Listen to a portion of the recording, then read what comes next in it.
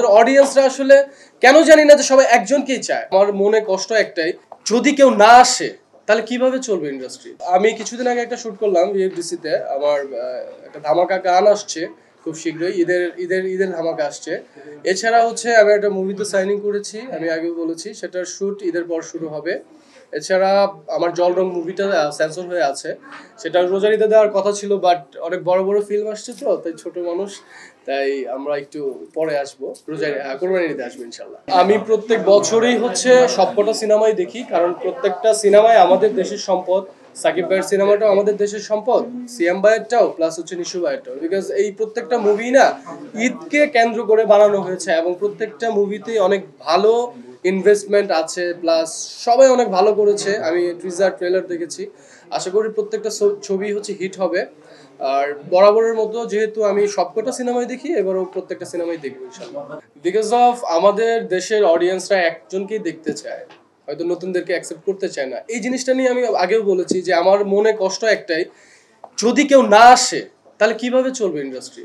রুবেল ভাই একটা ইন্টারভিউতে বলেছে যে কারো, মানে আমাদের সাকিব ভাইয়ের কথা বলেছে যে সাকিব ভাইয়া চাইলে দুইটা হিরোকে ক্রিয়েট করে যেতে পারে, আর এটা উচিত।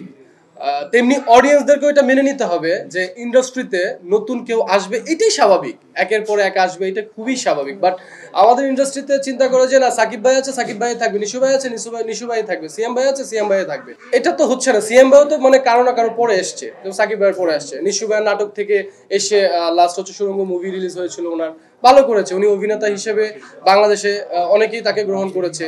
আর সাকিব ভাইয়া হচ্ছে তো মেগাস্টার, সুপারস্টার, সে হচ্ছে হিরো। আর ওনাকে অলওয়েজ ভালোবাসি, ওনাকে অলওয়েজ ফলো করি, এটা আমি আগেও বলেছি।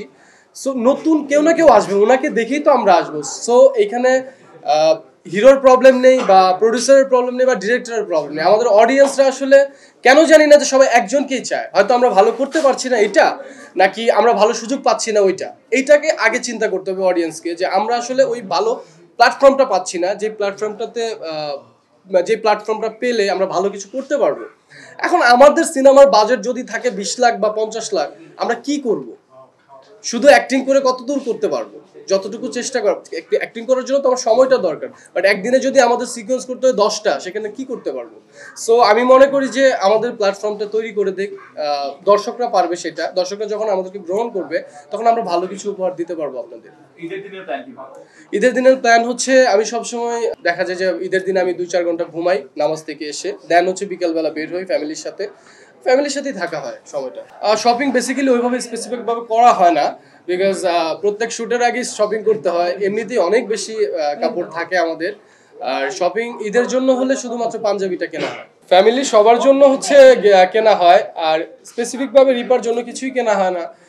কারণ ও আমাকে না ওইভাবে কেনা হয় না, ও আমাকে ম্যাক্সিমাম টাইম হচ্ছে গিফট করে, যেমন মানি ব্যাগ গিফট করে, তারপরে ঘড়ি গিফট করে, অনেক কিছু গিফট করে ও আমাকে ঈদে। আমি চেষ্টা করি কিছু দেওয়ার, বাট আমি জানি না আমার গিফটগুলো সে পছন্দ করে কিনা, বাট আমি চেষ্টা করি কোনো না কোনো কিছু দেওয়ার। আর গিফটটা বলতে হয় না, তাই বলতে চাচ্ছি না আমি